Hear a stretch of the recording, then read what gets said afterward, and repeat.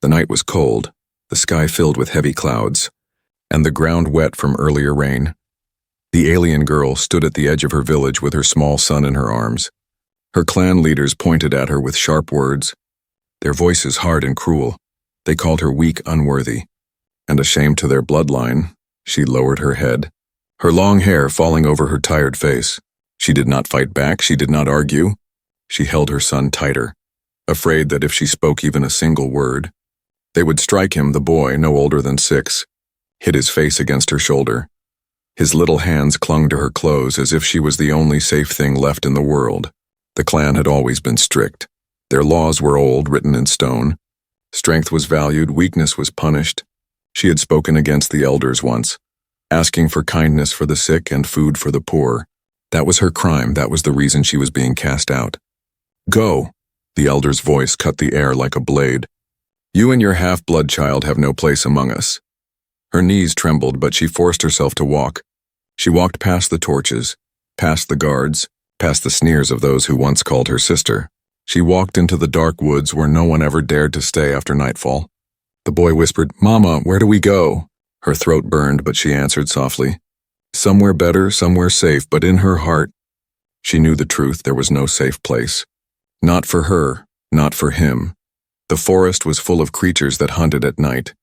Their eyes glowed red between the trees, waiting. The cold wind blew against her thin clothes, and the boy began to shiver. Step by step, she walked deeper into the wild. The ground was rough, her feet cut on sharp stones. She was hungry, thirsty, and afraid. Still she kept going, for if she stopped, despair would swallow her whole. Hours passed. The moon rose higher, casting silver light over the silent land. She found a broken tree trunk and sat down for a moment. The boy curled against her chest, breathing softly, almost asleep. His small face was pale. His lips dry, tears filled her eyes, but she wiped them quickly. She could not cry, not in front of him. He needed to see her strong. Even when she was breaking inside suddenly, she heard movement in the bushes. She froze, her heart pounded. Something was out there. The crunch of leaves, the snap of a twig. Slowly she stood, holding her son close. Her eyes searched the dark. A shadow moved between the trees. Large and low to the ground, a growl echoed deep and hungry. She backed away, step by step, until her back hit the cold bark of a tree. The boy woke, whimpering. The creature's glowing eyes locked on them. Its body crawled forward, long claws dragging against the soil. Her hands shook. She had no weapon, no strength to fight. All she could do was place herself in front of her child. She whispered to him, "Close your eyes. Don't look." The beast stepped closer, its teeth glinting in the moonlight. And then, a light appeared in the distance, faint at first, then brighter. It was warm, golden, flickering like fire. The creature stopped, growled, and then slipped back into the shadows. The light moved slowly, steady, until she could see the outline of a small lantern. A man held it. His steps were slow, heavy, as if each one carried the weight of years. His shoulders were broad, though his back bent slightly with age. His face, though wrinkled, had sharp eyes that noticed everything. He wore simple clothes, rough from farm work, and boots muddy from the fields. The girl gasped softly. A human. She had heard stories of them. Strange wanderers, few in number on this planet. The clans called them weak, fragile outsiders. Yet here one stood, holding a lantern in the dark, unafraid of the night. The old man stopped a few feet away. His eyes studied her, her torn clothes, her thin arms holding a shivering boy, the fear in her face. "You shouldn't be out here." His voice was rough but calm. "The woods aren't kind at night." She opened her mouth, but no words came. Her lips trembled, her throat dry. The boy pressed closer to her, hiding from the stranger. The human lowered his lantern a little, letting the warm glow fall on them. He didn't move closer, didn't threaten. He just stood there as if giving her the choice. Her legs felt weak, she could barely stand. For the first time that night, she whispered a word. A plea so soft it was almost lost in the wind. "Help!" The old man's eyes softened. He nodded once, slow and certain. Then he turned and pointed back toward the dim outline of a farmhouse in the distance. Its roof crooked, its fence broken, smoke rising faintly from the chimney. "Come with me," he said. "No one should be left out here." Not with a child. The alien girl held her son tighter, her heart still racing. But something in the man's voice, steady, firm, and strangely kind, made her take the first step forward. The exile had begun, but perhaps it was also the beginning of something else. The old human farmer walked ahead with his lantern. Its golden light cut through the dark trees. Behind him, the alien girl followed, her arms wrapped tightly around her son. She walked slowly, every step heavy, still unsure if she should trust this stranger. But her son was shivering, his small body weak, and she knew they had no choice. The farmhouse came into view. It was small, built of wood and stone. The roof was patched in many places, and the fence leaned as if it could fall any moment. Yet smoke rose from the chimney, carrying the smell of fire and bread for her, who had eaten nothing since the exile. That smell was almost painful. The farmer stopped at the door. He pushed it open with a creak. The sound was old, like the house itself. He stepped inside and turned, his eyes waiting for her to follow. The girl hesitated at the doorway. Her son hid his face against her shoulder. "Mama," he whispered. "What if he is not kind?" She brushed his hair softly. "Stay quiet, little one. We will see." Inside, the house was simple. A wooden table, 2 chairs, shelves with jars of dried food, and a fireplace with red flames glowing. The warmth touched her skin and she almost cried. For days she had been walking in the cold with no fire, no safety. The farmer set the lantern down. He moved slowly, carefully, as though he did not want to scare them. He took bread from a shelf and poured warm water into a cup. Then he placed it on the table. "Sit," he said. His voice was not commanding, just steady. The alien girl sat on the edge of the chair, still holding her son close. The boy's wide eyes stared at the bread, but he was too afraid to reach for it. She broke a small piece and gave it to him. He ate quickly, crumbs falling on her lap. For the first time in days, he smiled, even if just a little. The farmer watched, his arms crossed. He did not ask questions at first. He just studied them with eyes that seemed to know more than he said. Finally, he spoke. "You came from the clan, didn't you?" Her heart jumped. She looked at him sharply. "How do you know?" He gave a slow shrug. "I've lived near them long enough. I know their ways. I know how they treat their own when they decide someone is unworthy." His tone carried no surprise, only quiet anger. She lowered her head, ashamed. "They cast us out. They said we are not fit to live among them." The boy pressed against her side, whispering again, "Mama, I'm scared." The farmer looked at the child, his face softened. "You don't have to be scared here," he said gently. "No one will touch you in this house." Those words struck her heart like light in the darkness. No one had said such things to her since her exile began. She almost wanted to believe, but a voice in her mind whispered, "Be careful. Trust can be dangerous." Suddenly, the boy's small hand knocked over the cup of water. It spilled across the table. The girl jumped in fear, expecting shouting, maybe even a strike. That was how the clan punished mistakes, but the farmer only sighed. He grabbed a cloth and wiped the table, his voice calm. "It's just water. Nothing more." The girl's eyes widened. She could not hide her shock. Her son stared too, as if he could not believe what he had just seen. For a long moment, silence filled the room. Only the crackle of the fire spoke. Then the farmer asked, "Do you have a name?" She nodded slowly. "Lyra," she whispered. "And this is my son, Kale." The farmer gave a small nod. "I'm Elias," he said, "just a farmer. Nothing more." But something in his tone told her he was not just nothing more. There was weight in his words. A hidden strength. She could feel it, though she did not know why. As the fire warmed them, Kale began to relax. His eyelids grew heavy. He leaned against his mother and slowly drifted into sleep. Lyra stroked his hair. Watching him breathe softly, she whispered, almost to herself, "Thank you for giving him this moment." Elias did not answer right away. He sat down across from her, staring into the fire. Finally, he said quietly, "No child deserves to be cold and hungry. Not in my sight." His words were simple, but they carried power.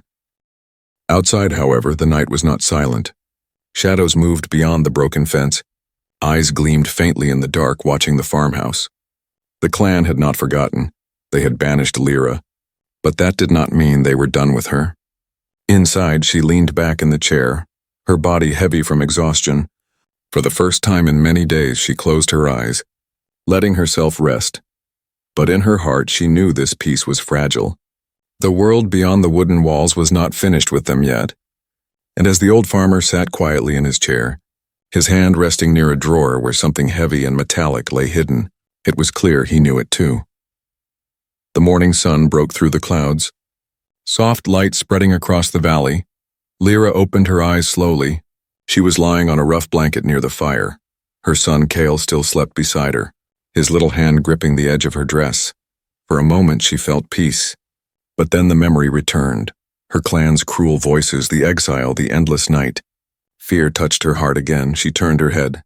Searching for the old farmer, Elias was already awake, standing by the doorway with his boots muddy. He held a wooden staff in one hand and looked out at the fields beyond. His figure seemed strong despite his age. The air around him carried quiet weight, like someone who had survived many storms. When he noticed her stirring, he said simply, "Come, if you want to see where you are now."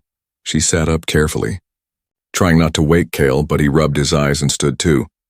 Holding her hand, they followed Elias outside. The sight before them was not what she expected. The fields stretched far, but they were broken. The soil was dry. Cracked in many places, the fences were falling apart, and half the crops had turned yellow from lack of water. A few strange farm machines sat rusting at the edge of the land. Silent and lifeless, Elias looked over his land with tired eyes. "This farm used to feed 3 villages," he said, his voice low. "Now it barely feeds me." Lyra watched quietly. Her own people had mocked humans for being weak. Yet this man lived alone in such hardship and still opened his door to strangers. Cale tugged her hand and whispered, "Mama, it looks sad here." She bent down and kissed his hair. "Yes, but we must be thankful. It is still better than the cold forest." Elias picked up a bucket and walked toward the well. His steps slow but steady, he lowered the rope, pulled it back up, and poured the water into another bucket. The muscles in his arms showed even through his age. He glanced back. "If you stay here, you will need to work." Lyra blinked, unsure if it was a warning or an offer. "Work?" she asked softly. Elias nodded. "The land is broken, but with hands to help. Maybe it can breathe again." Her heart tightened. She had been cast out for weakness, for speaking of kindness, and yet here was this human, asking her to join him in work, not mocking, not cursing, but simply inviting. She nodded. "I will work. I will help." Cale clapped his little hands, happy just to see hope in his mother's voice. The day was long. Elias showed them how to pull weeds from the soil, how to repair a broken fence with simple tools. Lyra's hands grew rough quickly, but she did not complain. She even cooked for Elias at midday, using his stored grains and herbs. The taste was plain but warm. Elias ate quietly, giving a small nod of approval that felt heavier than words. As the sun lowered, Lyra sat near the field, watching Cale chase small insects among the grass. His laughter was soft but real. For the first time since exile, he sounded like a child again. Her eyes grew wet. She whispered to herself, "Maybe this can be a home," but Elias stood nearby, his eyes sharp, watching the distant hills. He knew better than to trust peace. That night, as darkness covered the valley, the wind carried faint sounds, whispers, footsteps too heavy to be animals. Lyra felt it too, her skin crawling. She walked to the doorway and found Elias already standing there, his lantern unlit, his hand resting on a drawer inside the house. "They're watching," he said in a calm voice, not looking at her. Her chest tightened. "The clan?" "Who else?" he replied. His voice had no fear, only certainty. "They don't banish and forget. They banish and destroy." Cale stirred in his sleep as if hearing their voices. Lyra's hands shook as she closed the door, leaning against it. She whispered, "If they come, they will take him. They will take my son." Elias turned his head. His old eyes met hers, clear and steady. "Then they will have to go through me first." For a long moment, silence filled the room except for the crackle of the fire. Lyra studied the man, this old human farmer with broken fields, who still carried the strength to defy an entire clan. Her voice trembled. "Why would you risk this for us? You don't even know me." Elias looked back at the fire, his face in shadow. "Because once, long ago, someone I loved needed help and no one came. I will not make the same mistake twice." Lyra's heart shook. She did not ask more, but she felt the weight of his words. Outside in the distance, a pair of glowing eyes watched from the tree line. The clan's hunters had found her scent, and they would not stop until their task was done. Inside, however, the farmhouse stood firm, and for now, she and her son had shelter in the broken fields. The night was heavy, the sky black with clouds, Only the farmhouse windows glowed with a faint orange light from the fire inside. Lyra sat near the hearth, brushing her son Cale's hair with gentle fingers. He was almost asleep, his small body wrapped in a blanket. Elias sat in his chair, silent as always. His eyes were fixed on the doorway, as though he could hear something far away. The old farmer's hand rested near the table, where a drawer stayed slightly open. Inside lay the cold metal of an old rifle, Lyra whispered softly. "You keep watching the door," Elias nodded once. "Because I know they'll come." Her chest tightened. She remembered the glowing eyes she had seen near the fence. She wanted to ask how he could be so calm, but before she spoke again, Kyle stirred, whispering in his sleep, "Mama, don't let them take me." Her heart broke. She kissed his forehead, whispering back, "No one will take you, I promise."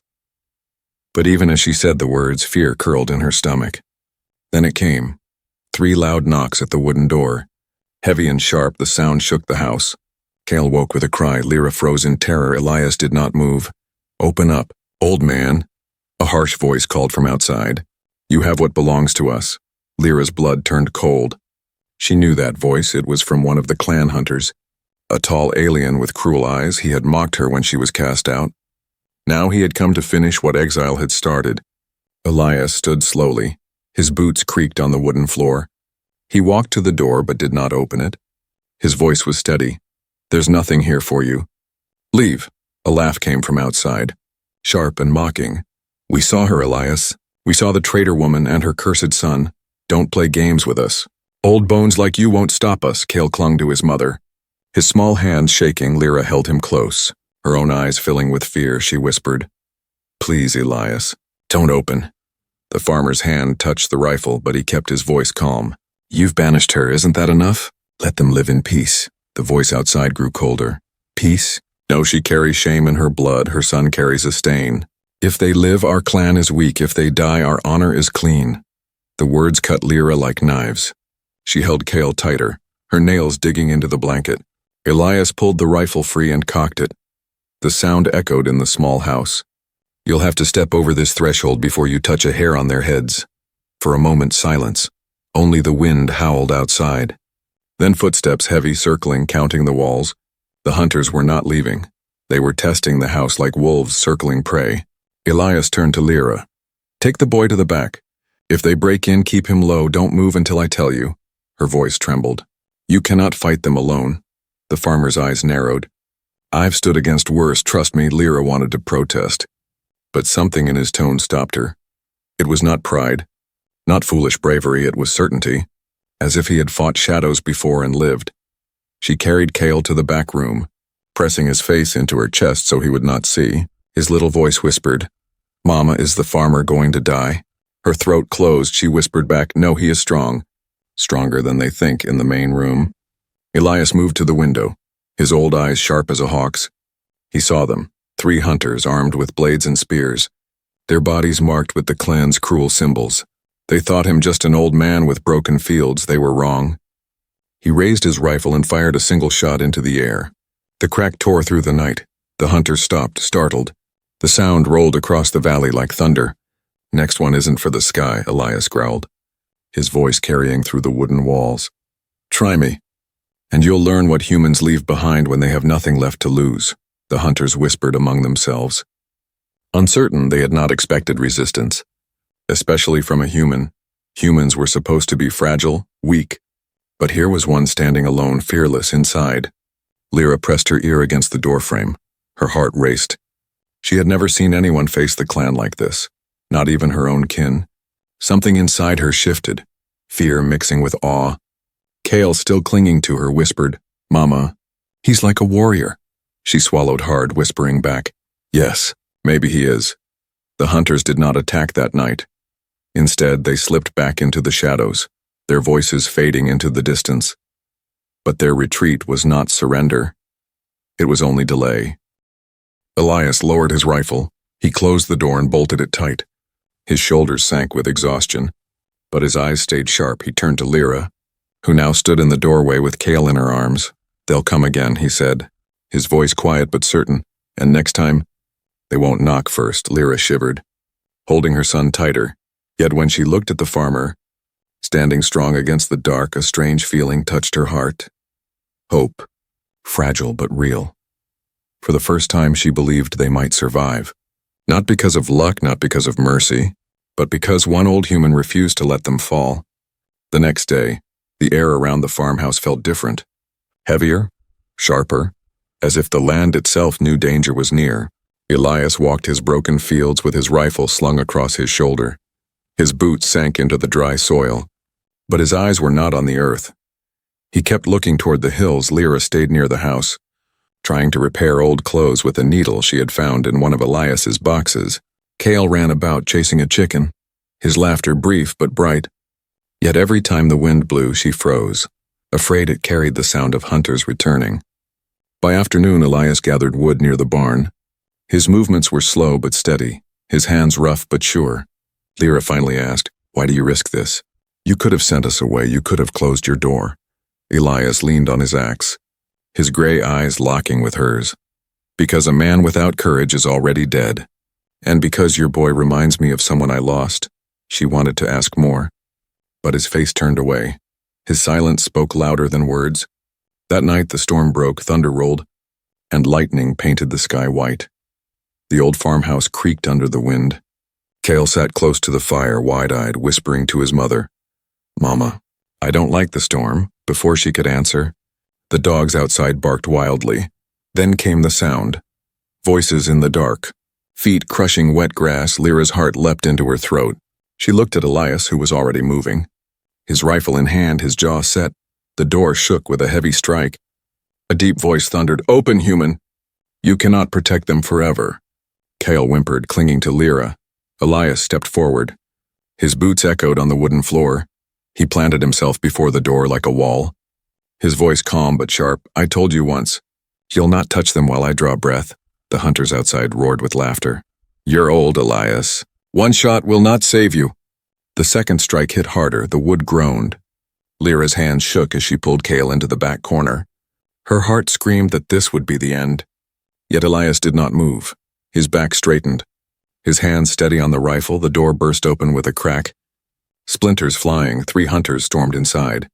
Their alien skin glistened in the lightning. Blades in their hands, their eyes burned with hate. Elias raised his rifle. The first shot cracked the air. The lead hunter dropped his blade, screaming as the bullet tore through his shoulder. The second lunged forward. Elias swung the butt of the rifle hard into the hunter's jaw. The sound of bone breaking echoed in the small room. The third hunter hesitated. His eyes widened at the old man's fury. Lyra watched, frozen, as Elias's voice thundered louder than the storm. "You call me weak, but you've never faced a human who has nothing left to lose." He advanced step by step, his rifle raised like a banner. The hunters, stunned, stepped back. They had expected fear, not fire. They had expected surrender, not steel. One spat blood and hissed, "This is not over, old man. We will return with more." Elias did not lower his weapon. His eyes, sharp as knives, burned with something they could not name. "Then bring more," he growled, "and I'll bury them in these fields." The hunters stumbled back into the storm, their courage broken for the moment. They vanished into the night, leaving only rain and thunder behind. Inside, silence fell. Elias leaned against the table, breathing heavy but still standing tall. The rifle still firm in his hands, Lyra rushed forward, her eyes wide with disbelief. You fought them like a soldier," she whispered. Elias looked at her, his voice rough. "I was a farmer long before I was a soldier, but war teaches lessons you don't forget." Even when the years pass, Cale peeked out from behind his mother, his little eyes shining. "Mama." He scared them away. Lyra knelt and hugged her son, tears spilling down her face. She looked up at Elias again, her voice trembling. "No one has ever stood for us like that, not even my own clan." Elias wiped sweat from his brow, his hands shaking slightly now that the danger had passed. "Then remember this, girl," he said firmly. "Blood does not always make family. Sometimes it's the ones who stand beside you in the storm." Her chest tightened at his words. Something deep inside her shifted. The fear was still there, but mixed with it was something new, respect, and maybe something even stronger. The storm raged outside, lightning tearing across the sky. But within the small farmhouse, warmth burned brighter than fire. Lyra realized then that Elias was not just an old farmer. He was a wall between her son and the darkness, and as long as he stood, they still had hope. But far beyond the hills, the hunters gathered, nursing their wounds, their voices filled with rage, their pride shattered by one human's defiance. They would not let this insult stand. They would return, and next time, they would bring many more. And yet, even knowing this, Elias sat back down in his chair, his rifle resting across his knees, his old eyes calm, as if daring the night itself to try again. The storm had passed, but the farmhouse still smelled of smoke and gunpowder. Splinters of wood lay scattered near the broken doorway. Lyra knelt quietly, sweeping them into a small pile while Cale slept in the corner. Wrapped in a blanket, his breathing was soft, calm after the terror of the night. Elias sat in his chair, the rifle across his knees. His eyes stared into the fire, but his thoughts were far away. The orange glow flickered against the lines of his face, showing years of battles long buried.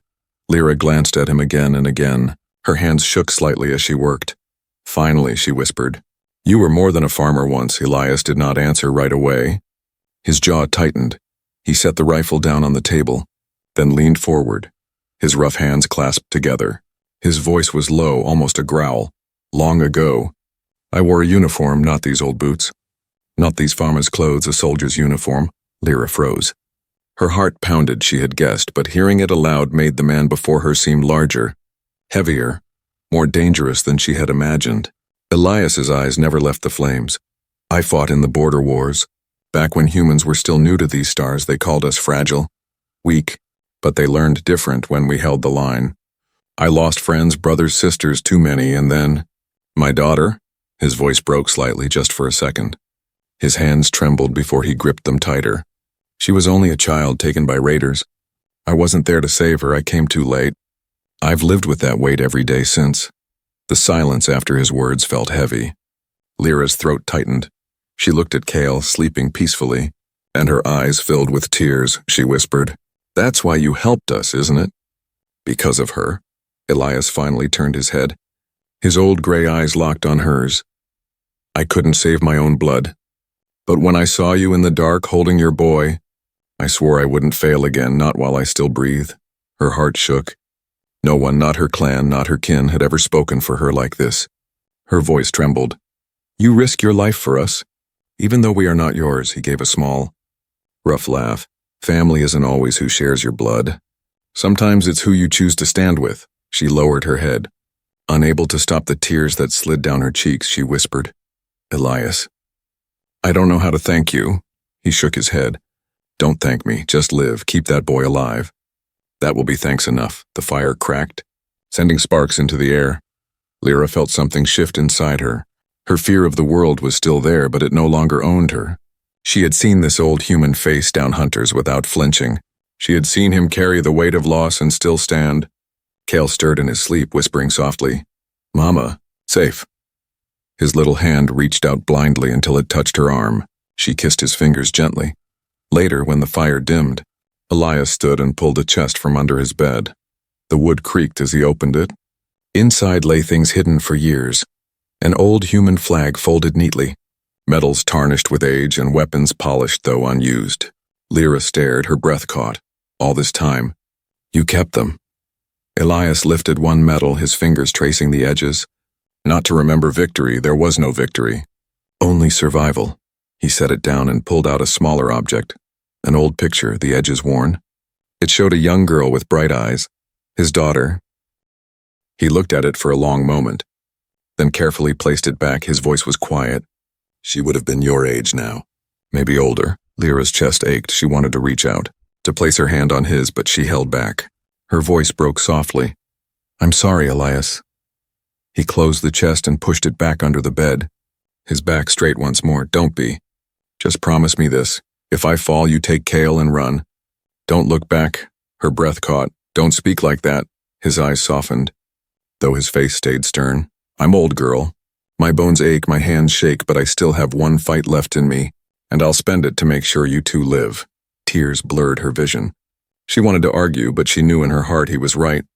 He was already giving more than anyone had ever given her. She whispered, "Then I promise. But only if you promise too. Promise that you'll fight to stay alive." For the first time, a faint smile touched Elias's lips. Stubborn as a human, he muttered, shaking his head. Fine, I promise. The farmhouse grew quiet again, but outside, beyond the broken fields, shadows moved across the hills. More hunters gathered, their torches burning in the night. The clan's shame had grown into fury. They would return, not with 3, but with many. Inside, however, something new burned between them. Trust, fragile but strong, for Lyra and her son were no longer alone, and Elias no longer bore his past in silence. The secret was revealed, and with it came a bond that even the storm of war could not easily break. The night was still, too still. Lyra stood by the farmhouse window, holding Cale close. The field stretched silent under the pale moon, but her skin prickled with unease. She knew the hunters would return. Elias had said it, and she felt it in her bones. Elias sat by the table, his rifle resting across his knees. His eyes were calm but sharp. Every now and then he glanced at the door, as if waiting for the knock that would never come. It did not come. Instead, the sound was worse. Footsteps, many of them boots crushing soil, voices whispering in the alien tongue of the clan. Torches burned on the hills, moving down like a river of fire. Lyra's breath caught. Elias. There are too many, he stood, his back straight despite his age. Numbers don't matter. Courage does. He checked his rifle, then handed Lyra a small blade. Keep it if they break through. You fight for him. His eyes flicked to Cale, who clung to his mother, trembling. The boy whispered, Mama, I'm scared. Lyra knelt, pressing her forehead to his. Be brave, little one. We are not alone anymore. The torches reached the broken fence. Shadows spread across the yard. The hunters shouted, their leader's voice loud. Old man, step aside or be buried in your own soil. Elias stepped into the doorway, rifle raised. His voice thundered back. I already told you, if you want them, you'll have to go through me. The hunters charged, blades glinting. Their alien war cries filled the night. The farmhouse shook as they slammed against the walls. Windows shattered, splinters flew. Elias fired. The rifles cracked, tearing through the chaos. One hunter fell, another staggered. Lyra screamed as one burst through the window. She slashed with the blade, the strike clumsy but desperate. The hunter howled as blood marked his arm. Cale crawled under the table, covering his ears, crying. Elias fought like a storm, each step forward defiant. He moved with the memory of a soldier, his aim sharp, his strike sure. But there were too many. They swarmed, pushing him back, forcing him toward the wall. Lyra shouted, Elias! As she saw a spear thrust toward him, he blocked it with the rifle's butt, twisting hard, his voice a growl. You think age makes me weak? I've buried men stronger than you. He pulled the trigger, smoke filling the room. Another hunter fell. The farmhouse burned with firelight and fury. Yet through it all, Elias stood unbroken, finally. The leader of the hunters pushed forward. Taller than the rest, his eyes blazing with hate, he sneered at Elias. You fight well for a human, but you cannot stop a clan's judgment. Elias's chest heaved, sweat dripping, but his eyes did not waver. Judgment? He spat. This isn't judgment, it's cowardice. Attacking a mother and her child. He raised his rifle, but the weapon clicked empty. The hunters laughed. The leader lifted his blade high, ready to strike. Lyra's scream cut through the air. She lunged forward. Grabbing a burning log from the fire, she swung with all her strength, smashing it across the leader's face. The smell of scorched flesh filled the room. He staggered back, roaring at the same time. Cale crawled out from under the table, his small voice trembling but clear. Leave us alone! The sound startled the hunters. Their eyes turned toward the boy, and in that instant Elias surged forward, grabbing the leader's fallen blade. With one swift move, he drove it into the ground between them, his voice booming. This land is mine, and anyone who crosses it dies here. The hunters faltered, their courage wavered. They had thought him an old man, easy prey. But what they saw was something else. A human who refused to bow, a family who stood together. One by one they pulled back, dragging their wounded. Their torches faded into the distance. Their roars turned to silence when the last shadow vanished. Elias dropped the blade, his body trembling. He leaned against the wall, his breath heavy. Lyra rushed to his side, holding his arm. Elias, are you hurt? He shook his head, though his hands shook. Nothing that won't heal. Cale ran into his arms, hugging him tight. You saved us, the boy whispered. His small voice full of awe. Elias looked down at him, his rough hand resting on the boy's hair. No, he said softly. We saved each other. The farmhouse was broken, windows shattered. smoke still curling from the fire, but inside, something unshakable had been built. Lyra looked at Elias, her eyes full of gratitude and something deeper. "You gave us a home when we had none," she whispered. "You gave us family." Elias's old eyes softened. For the first time in many years, he felt the weight of his loneliness lift. "Maybe," he said, voice rough but warm. "Maybe this is what I was waiting for." The storm had passed. The hunters were gone, and in the silence that followed, a new bond was forged, an alien girl, her son, and an old human farmer, 3 souls once broken, now stronger together, not by blood, not by clan, but by choice. And in that farmhouse on the edge of the broken fields, a new family began.